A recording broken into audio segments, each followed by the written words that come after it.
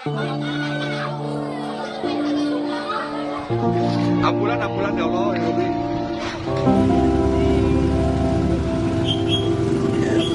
Pesantren Bumi Hidoana di Sadayana.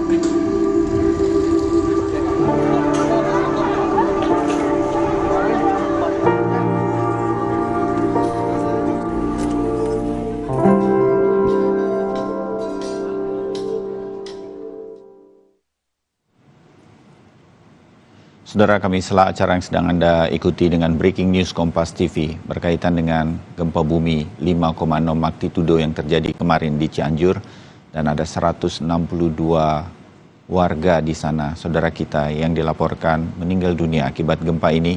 Kemudian ada ratusan yang masih terluka dan dirawat di rumah sakit di kota Cianjur, Jawa Barat, serta ada ribuan warga dari Cianjur terutama yang sekarang harus mengungsi dari rumah mereka.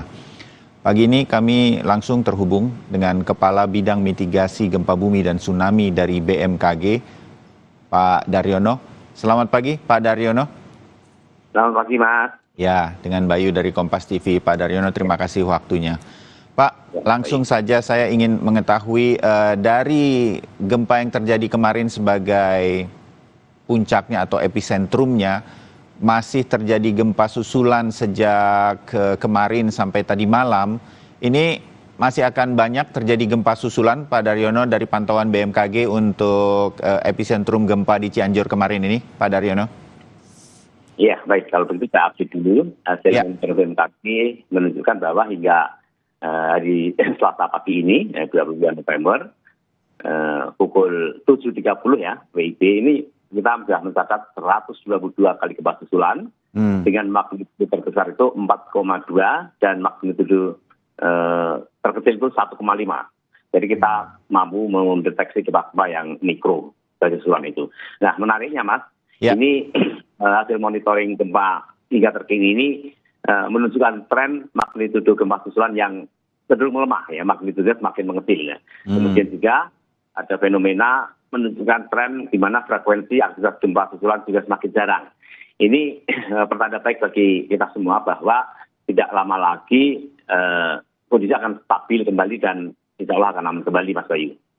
Oke. Alhamdulillah, ini yang ingin kita dengar dan mudah-mudahan mengurangi trauma dari saudara-saudara kita di Cianjur yang masih khawatir untuk berada di rumah mereka kalaupun rumahnya masih bisa ditinggali begitu.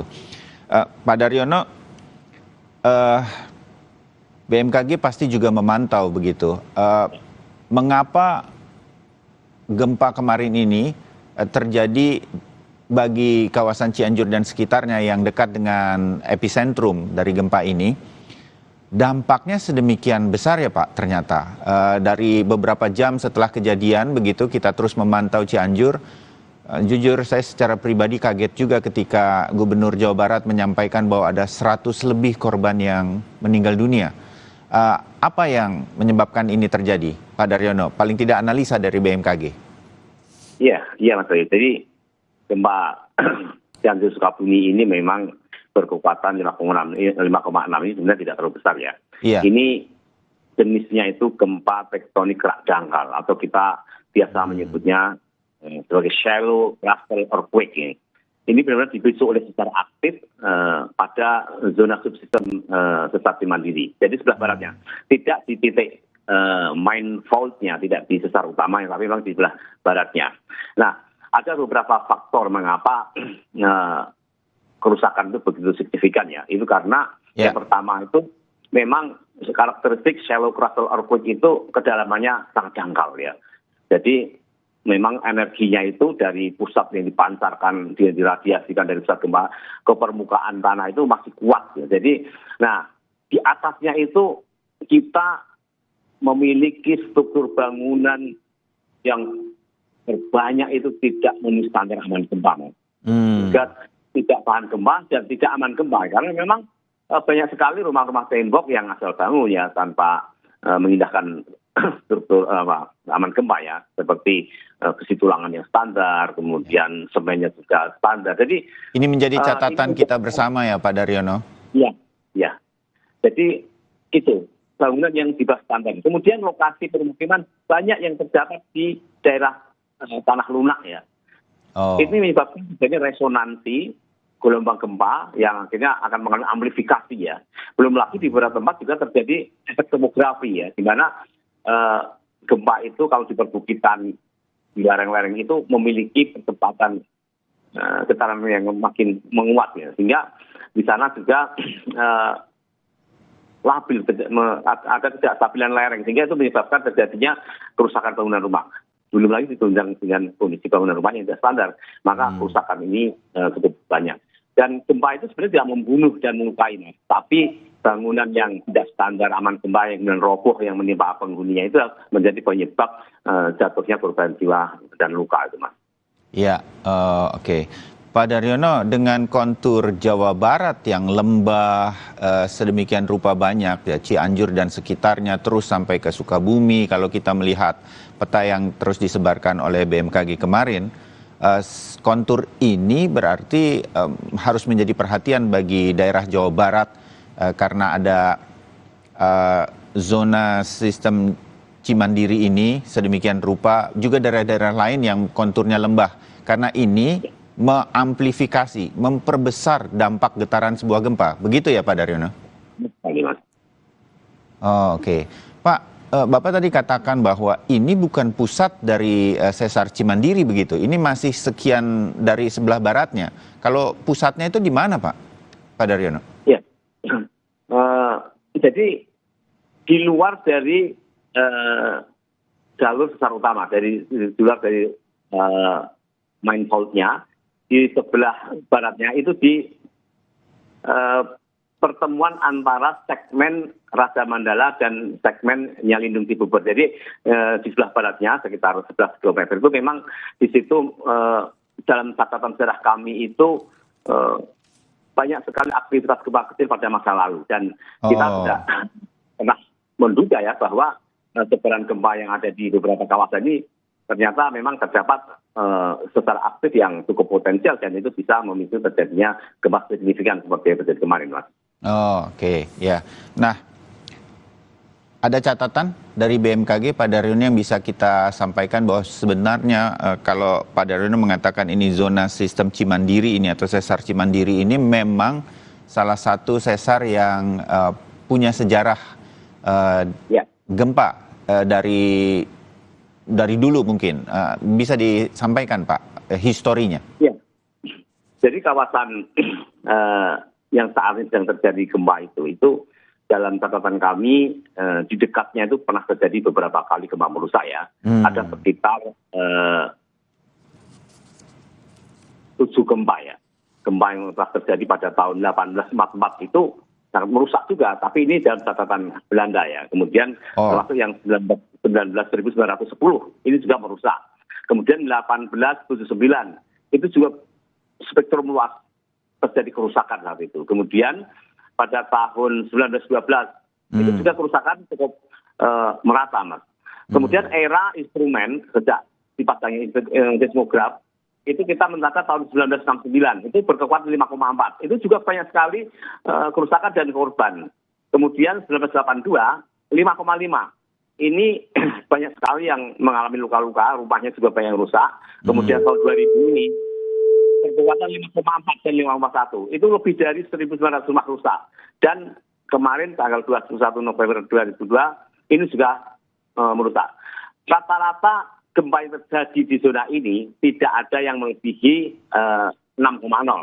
Semuanya berkekuatan magnitudo 5, Mas. Jadi memang kalau kita melihat berdasarkan acuan ini, tampaknya gempa kemarin sudah menjadi gempa utamanya, Mas. Dan tipe gempa yang terjadi di Cianjur, Sukabumi kemarin itu bertipe main shock after shock, Mas. Oke. Jadi Pak Daryono dengan histori sejak zaman Belanda sampai yang mungkin tak terdekat di kawasan ini terjadi pada Juli tahun 2000, juga Februari tahun 82, sampai mundur lagi ke November tahun 68.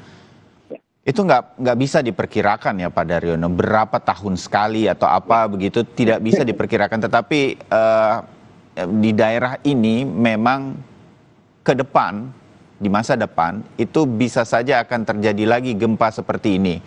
Shallow earthquake yang dikatakan oleh Pak Daryono tadi, dangkal dan tektonik begitu. Ini potensialnya pasti masih akan terjadi, Pak Daryono. Iya, jadi kalau kita melihat fakta tektonik ya, fakta sumber gempanya, kemudian kegempaannya, intensitasnya, sejarahnya. Ini kawasan ini memang kawasan yang permanen menjadi kawasan yang rawan gempa. Sehingga kita harus memiliki upaya mitigasi konkret terkait dengan bahaya gempa ini, Mas Bayu. Iya, oke. Mudah-mudahan tahun ini menjadi tahun momentum kita untuk melihat bahwa di daerah ini harus apa dan bagaimana masyarakat tinggal bersama pemerintah daerah, pemerintah provinsi. Ini semua harus menjadi perhatian agar jika terjadi lagi guncangan gempa, kita tidak boleh lagi mengalami situasi semacam ini dengan korban yang cukup banyak. Karena kalau tidak, kita tidak belajar begitu, Pak Daryono ya. Sekali, Mas Bayu. Ya, Pak Daryono, kalau ini dalam perspektif saya sebagai orang awam, kalau ada sebuah sesar bergerak begitu, Cimandiri atau zona sistem Cimandiri ini bergerak, apakah berarti akan ada sesar yang terpengaruh lagi di Indonesia sedemikian rupa sehingga kemudian sesar-sesar ini dan kota-kota yang berada atau dilewati oleh sesar-sesar yang lain ini harus waspada, Pak Daryono, sebagai sebuah kewaspadaan? Ya, jadi dalam teori gempa itu ada namanya teori picuan statik ya, bahwa gempa itu bisa memicu sumber gempa di sebelahnya jika syaratnya terpenuhi, yaitu bahwa akumulasi energi yang terbangun di sistem sesar di dekatnya itu sudah maksimum. Kalau tidak bisa. Seperti yang terjadi pada tahun 2018 di Lombok itu, gempa yang utama itu gempa yang terjadi itu bisa memicu gempa di sebelahnya, sebelah baratnya, sebelah timurnya, hingga terjadi gempa sistem multiplex. Nah, kemudian apakah yang terjadi di Cianjur bisa seperti itu? Sulit dijawab, Mas, karena memang kita masih memantau aktivitas ini. Dan ada teori lagi yang namanya sebagai teori picuan dinamik. Itu bahwa sebuah gempa itu bisa memicu sumber gempa jauh. Tapi secara empirik ini masih sulit sekali dipelajari dan sulit untuk dikaji. Namun demikian beberapa kasus menunjukkan ada hubungan itu. Namun demikian untuk kasus di Cimandiri ini, kami meyakini bahwa picuan statik itu hanya dalam bentuk membangkitkan gempa-gempa susulan yang terus terjadi dan beberapa hari ke depan masih terjadi, tapi untuk terjadi gempa yang lebih besar itu tampaknya kecil kemungkinan, Mas. Baik, mudah-mudahan demikian. Pak, sedikit lagi sebagai bagian dari akhir ngobrol kita, mohon kami diulangi lagi apa yang tadi saya sampaikan, pertanyaan pertama saya dan kemudian dijawab dengan Bapak sebagai sebuah update terkini dari penyebab gempa di Cianjur. Sampai saat ini sudah menurun dan lain-lain berkaitan dengan gempa susulannya. Silakan Pak Daryono, diulangi sekali lagi sebagai sebuah kejelasan bagi kita semua dan perkembangan terbaru yang dipantau oleh BMKG. Pak Daryono. Ya, jadi hasil monitoring BMKG hingga pagi ini pukul 7.30, BMKG sudah mencatat lebih dari 122 kali gempa susulan dengan kekuatan terbesar 4,2 dan kekuatan kecil 1,5. Tren menunjukkan bahwa ada sebuah pola yang menggambarkan bahwa magnitudo gempa susulan cenderung semakin melemah. Jadi pola gempanya main shock, upper shock. Ya, kemudian terkait dengan frekuensi kejadian gempanya, ini juga menunjukkan tren di mana frekuensi aktivitas gempa semakin jarang. Yang digambarkan dengan pola aktivitas 6 jaman itu, bayangkan kalau 6 jam pertama itu 62 gempa, 6 jam kedua 39 gempa, kemudian 6 jam ketiga itu 17, dan 6 jam terakhir itu baru 4 gempa. Ini sebuah pola yang sangat menarik bahwa tidak lama lagi kondisi akan kembali stabil, Mas Bayu. Baik, mudah-mudahan demikian. Syukur alhamdulillah semuanya semakin membaik. Pak Daryono, Kepala Bidang Mitigasi Gempa Bumi dan Tsunami BMKG, terima kasih sudah bergabung dalam Breaking News Kompas TV. Kita ketemu lagi, Pak. Selamat pagi. Dan saudara, kami masih akan kembali untuk Anda dengan breaking news dari pasca gempa bumi yang terjadi di Cianjur, Jawa Barat. Tetap bersama kami, usai jeda.